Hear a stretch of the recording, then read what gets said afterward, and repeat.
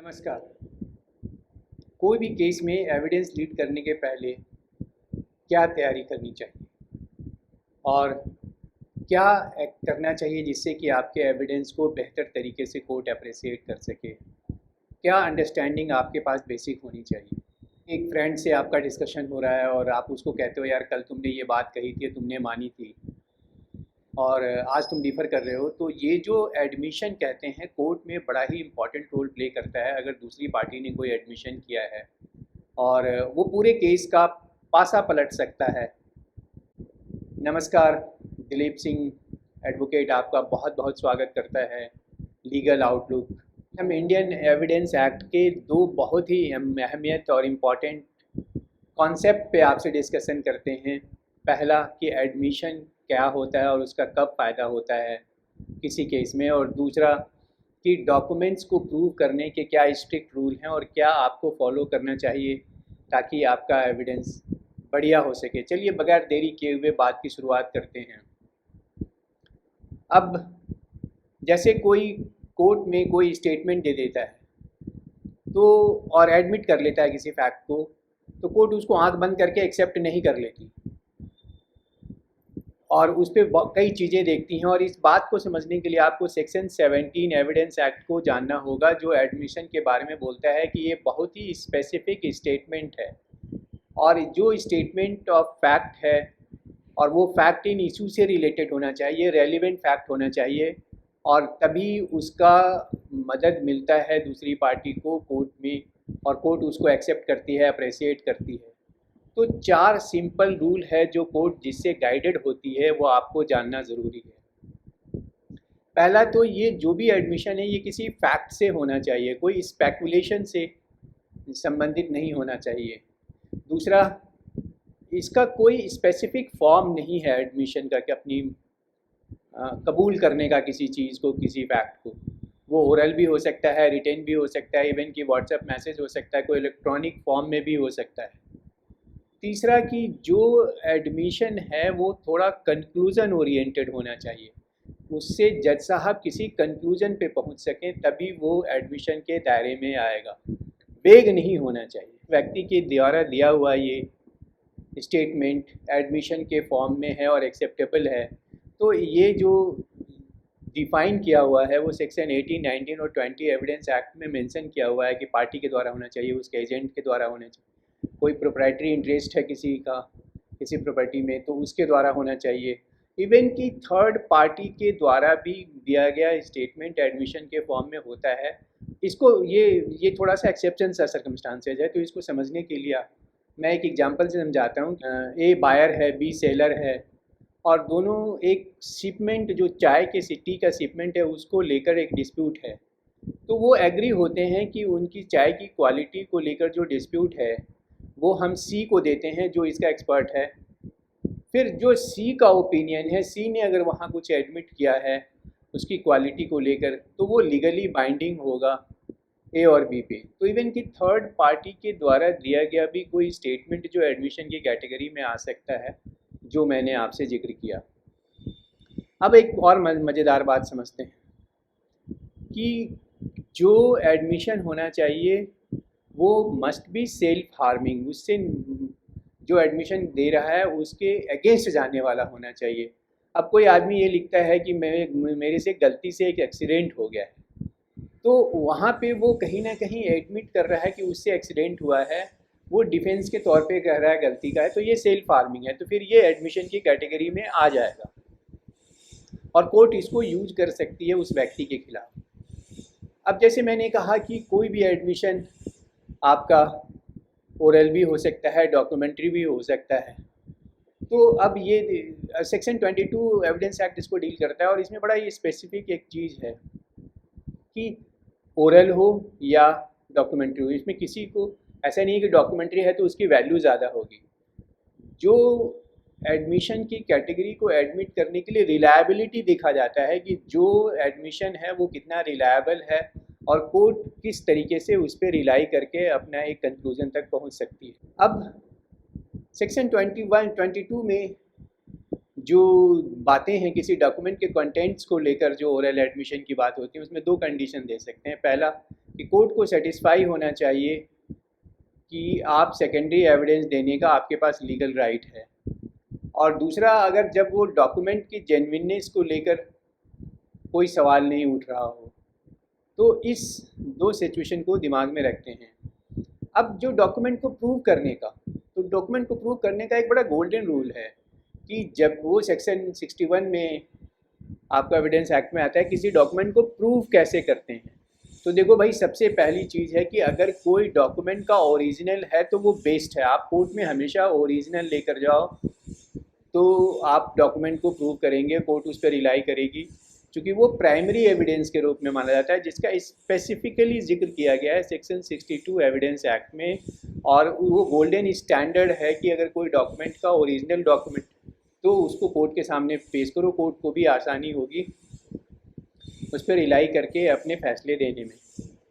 अगर ओरिजिनल मिल नहीं रहा, ओरिजिनल खो गया है, ओरिजिनल दूसरी पार्टी के पास है, तो फिर आपको सेक्शन 63 की मदद लेकर आपको ये दिखाना होगा कि ओरिजिनल आपका मिलना इम्पॉसिबल है, तो आपको सेकेंडरी एविडेंस लीड करने का परमिशन देना चाहिए, परमिशन कोर्ट दे।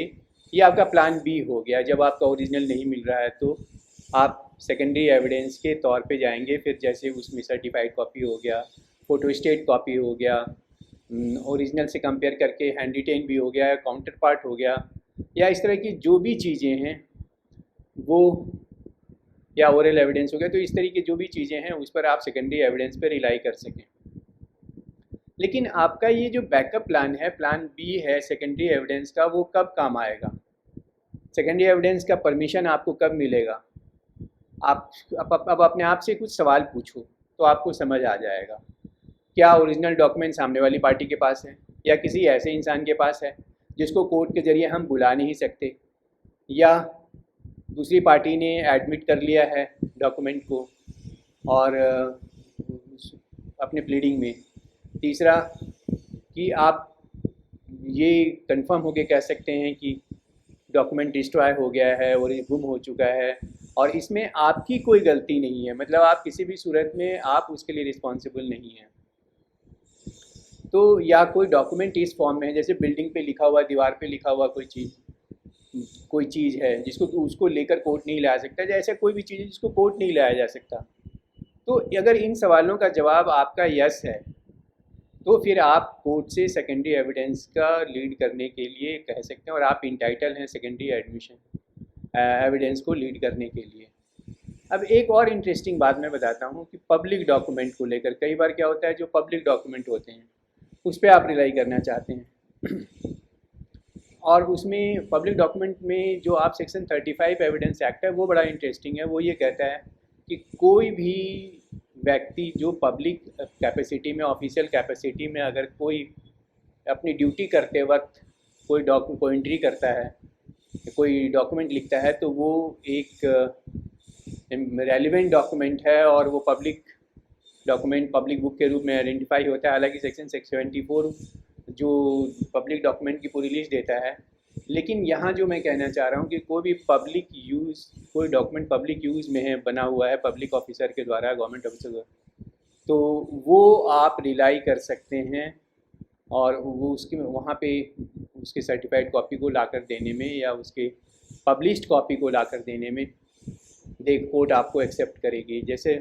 जो पब्लिक डॉक्यूमेंट के को अगर हम क्लासिफाई करें, तो जैसे सॉवरेन बॉडीज़ के द्वारा, पार्लियामेंट या लेजिस्लेचर के द्वारा कोई ऑफिशियल गजट है, नोटिफिकेशन है, सर्कुलर है, ऑर्डिनेंसेज हैं। दूसरा, ऑफिशियल बॉडीज़ और ट्रिब्यूनल कोर्ट के रिकॉर्ड हैं, डेथ और बर्थ रजिस्टर का एंट्रीज़ है। पब्लिक ऑफिसर्स के, मिलिट्री ऑफिसर्स हैं, ऑफिशियल ट्रस्टी हैं, वीसा ऑफिसर हैं, तो इनके द्वारा प्रोड्यूस किया गया कोई डॉक्यूमेंट है। इवन की प्राइवेट डॉक्यूमेंट जो पब्लिक रिकॉर्ड में है, जैसे ज़मीन की रजिस्ट्री का डॉक्यूमेंट हो गया, जो पब्लिक रजिस्टर में एंट्री होती है, वो भी पब्लिक डॉक्यूमेंट बन जाता है। अब इसको एक एग्जांपल से समझते हैं कि कोर्ट इसको कितनी वैल्यू दे देती है। अब जैसे एक केस था गोवर्धन दास वर्सेस स्टेट ऑफ एमपी 1995 का केस है, जिसमें क्या हुआ कि किडनैपिंग का केस था और जो विक्टिम था उसके एग्जैक्ट एज का पता नहीं चल रहा था। तो बाद में म्यूनिसिपल रिकॉर्ड में एंट्री की हुई एक बर्थ रजिस्टर को लेकर आया गया। कोर्ट ने बोला कि ये पब्लिक ऑफिशियल के द्वारा बनाया हुआ और एंट्री किया गया हुआ है पब्लिक ट्रांजैक्शन के तहत, ऑफिशियल ड्यूटी के तहत, तो इसकी पूरी वैल्यू है और उस पर रिलाई किया। अब हमारे डिस्कशन से जो एविडेंस एक्ट के चीज़ों को मैं डिस्कस कर रहा था और क्या था, ये सब बेसिक जानकारी आपको जानना चाहिए अपने केस में एविडेंस कराने से पहले, आइदर एज एन एडवोकेट और एज ए लिटिगेंट, जो आपको मदद करेगी। तो अब हम देखते हैं टेक अवे क्या है, कंक्लूज़न क्या है। तो सबसे पहला तो ये है कि अगर आपके पास कोई ओरिजिनल है तो ओरिजिनल ले जाओ, कोई भी डॉक्यूमेंट है ओरिजिनल है तो ओरिजिनल ले जाओ।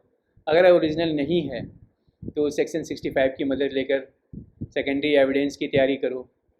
अगर अब आप मुझे कमेंट सेक्शन में लिखकर एक बात बताओ कि क्या कभी आपने किसी रियल केस में फ़ोटोकॉपी को लेकर आर्गुमेंट होते हुए या उसको अलाउ और डिसअलाउ करते हुए कोर्ट में कोई ऐसा इशू हुआ देखा हो, कोई ऐसा बहस देखा हो या कोर्ट के ऑब्जर्वेशंस देखे हो, तो आप कमेंट सेक्शन में लिखना। क्योंकि आपके द्वारा जो इंटरेक्शन होता है मेरे से, वहीं से ये सिलसिला निकल के आता है। आज भी जिन मुद्दे पे मैं डिस्कस कर रहा हूँ वो हमारे पास सवाल आए थे व्हाट्सएप के ज़रिए, तो उनसे